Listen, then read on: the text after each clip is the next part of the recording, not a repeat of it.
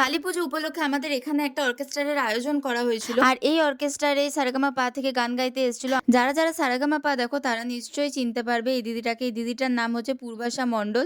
তো এই দিদিটা হচ্ছে সারেগামাপা ২০২২ এর ব্যাচের ছিল। দেখো তোমরা পেছনে স্ক্রিনটা দেখলে নিশ্চয়ই বুঝতে পারবে যে দিদিটা সারেগামাপায় গান গেয়েছিল। চলো দিদিটার গানের একটা ক্লিপ তোমাদের সাথে শেয়ার করি।